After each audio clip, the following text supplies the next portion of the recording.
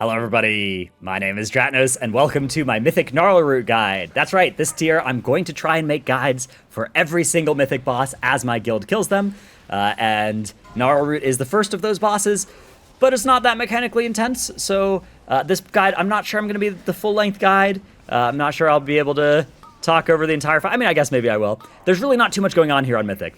Same things as Heroic. You dodge this frontal cone. The tank barrage, you just swap at 5 stacks.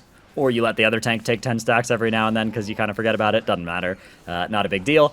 And that side of this fight is pretty simple. You can bring the boss to the side if you want a longer walk to the middle, or you can just leave it in the middle and get to the intermission sooner, which I think is probably a little bit better. Doesn't really change too much. It does kind of group up the adds a little bit nicely if you bring it to the edge. But the main thing is, when those adds all spawn with those swirlies, the swirlies are a bit bigger than the lower difficulties, so you have a little bit more to dodge. And then 2 of them are big treants instead of little lashers that get planted in the ground. Those big treants, you absolutely want to make sure that you activate those and get them brought under the boss, and then you want to interrupt them as well on their cast, or else it'll be kind of annoying. Not the end of the world again, but kind of annoying. And then this flaming sap that goes out, you just want to spread that if you've got it around you. Again, also not going to be the end of the world.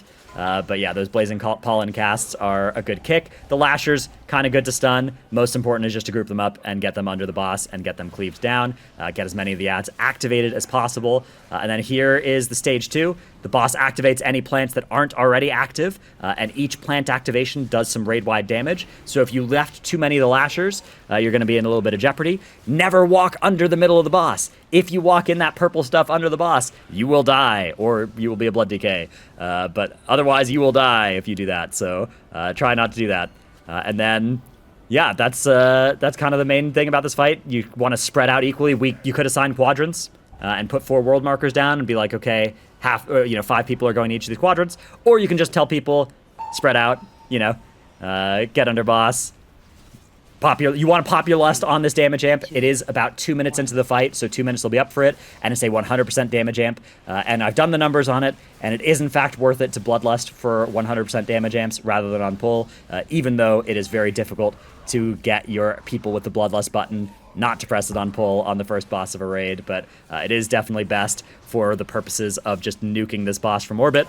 And then you just go back to P1, the boss gets a little damage amp, it's doing a little bit more damage than it used to, but otherwise you are chilling. This boss is 1000% puggable. There's really no assignment stuff that needs to happen for it. Just make sure that people with the bombs go and activate the trees. Make sure you're getting all the adds grouped up under boss.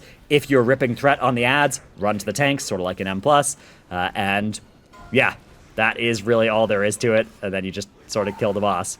I don't know, we had some timers and stuff and some alerts that we'd set up kind of for it, but it doesn't matter. It doesn't do anything. The boss does not require any RT note. It does not require anything like that. It doesn't require an interrupt order on these trees. Just there's 2 of them. Yell kick, kick, kick, kick, kick, kick, kick over voice comms if people aren't kicking them. Here you can see actually one of those Blazing Pollen casts almost goes off, but we ended up kicking it. And I think it's just like a little AoE disorient or something when it goes off. You can hear some sound alerts going off because that Dreadfire barrage got to 10 stacks on the other tank. No danger, not really anything. I'm pretty sure you could probably get away with 1 tanking this thing and just take 30 stacks of that barrage if you need to. It is a first boss. It is not tuned to be super difficult. It is definitely easier than Farrak Heroic. It's probably easier than Tindral and Smolder on Heroic as well. Although, of course, there's a little bit more number. You can see here I actually ended up managing to I found a way to proc my Purgatory, which is pretty impressive as well. But yeah, that's all there is to Gnarlroot. You'll probably get to the second intermission for the first few weeks of this, and then later on in this patch, once we're like 480 plus, that boss is going to be dead. That boss is going to be like dying during the first intermission almost. Ping system, something you can do to kind of indicate which routes you're going for so that you go for a different one than the other people and get more of a spread around. Something you can make some use of if you need to. Again, doesn't matter because whatever you do, the boss is going to die, but that can be a way to get a little bit more value. And ideally, you do want to soak all those explosions rather than let them hit the ground, because it does do some raid damage if it hits the ground, versus putting a small dot on people if it lands on people instead.